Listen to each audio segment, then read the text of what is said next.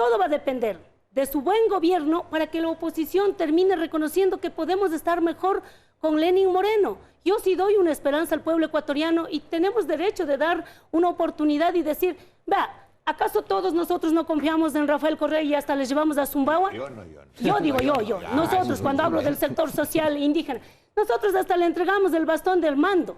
El bastón de mando para nosotros es como la cinta presidencial, la banda presidencial que hoy dice Rafael Correa, que la banda le queda muy grande al presidente, por lo tanto sería un desperdicio cortar. A mí eso me dice muchísimo.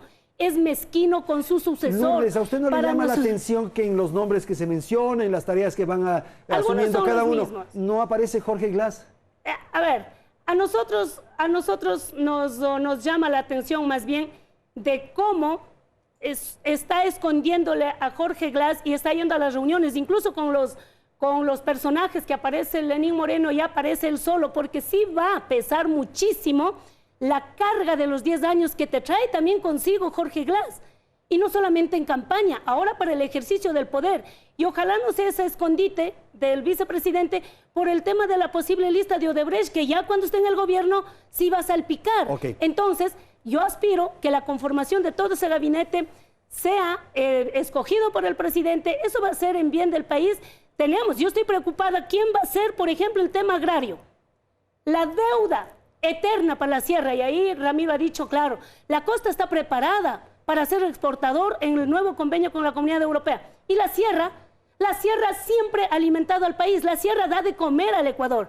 Y esa es la deuda más grande de este gobierno, que destinaba no más de 200 millones de dólares al año, cuando a la Supercon, a la comunicación ponía como 900 millones de dólares. Gracias, Lourdes. Ramiro.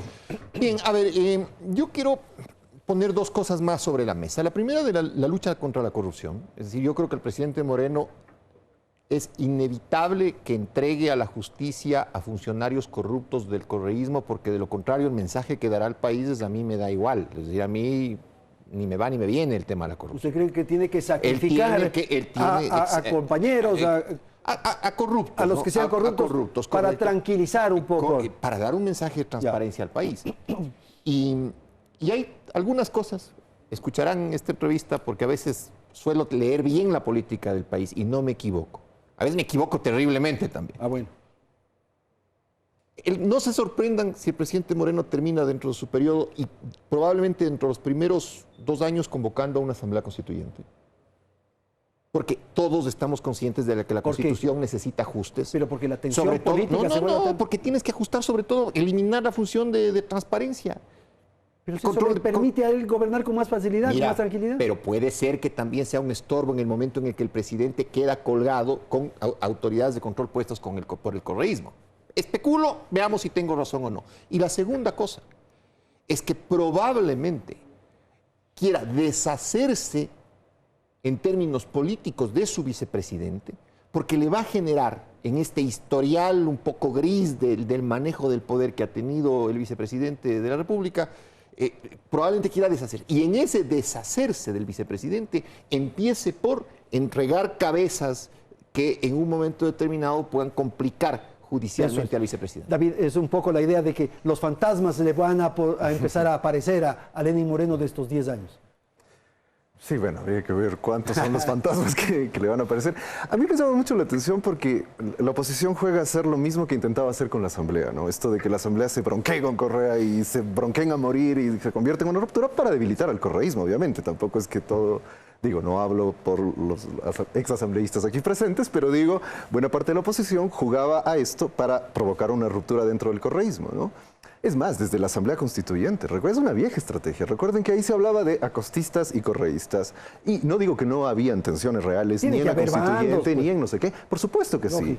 Pero claro, ahí país sabrá, digo, una de las grandes incógnitas para analistas, para académicos y para los políticos es qué es Alianza País como organización política. Pero digo, no solo para denostarle y decir no es nada, sino que creo que estamos lejos de entender cómo está funcionando como organización política. Y ahí están los bandos. Digo, estamos lejos. O sea, yo personalmente no logro ver todavía bien cómo es que funciona como organización política, pero es cierto que funcionan y han tenido un éxito político impresionante. Pero porque hay un personaje estelar, que es Rafael Correa. Pero creo que no es solo el momento en que no hay un líder que sea capaz de maltratar a sus funcionarios en una sabatina, No, o sea, digo, y han tenido no todo voy a el decir, dinero del no voy a Estado decir para que no, estructurar el es decir, partido, el peso Claro, de ese es el Correa ha tema, sido me muy parece. fuerte, pero insisto, o sea, pero Sí, hay que ver cómo borrar va. de un plumazo la complejidad política de eso, porque además yo digo, ahí hay elementos nuevos que explican, no solo Alianza País, explican a Creo también, por ejemplo.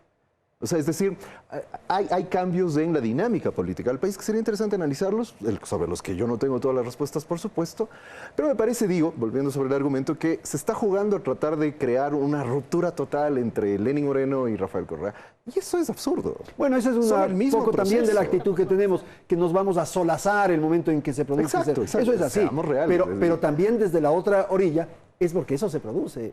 David. No, hay tensiones internas, pero digo, por principio, y ahí se me parece que es necesario distinguir. A ver, ¿qué es el cambio de estilo? Es decir, es cierto manejo de la política en el que desearíamos, y me incluyo, que hayan ciertos cambios.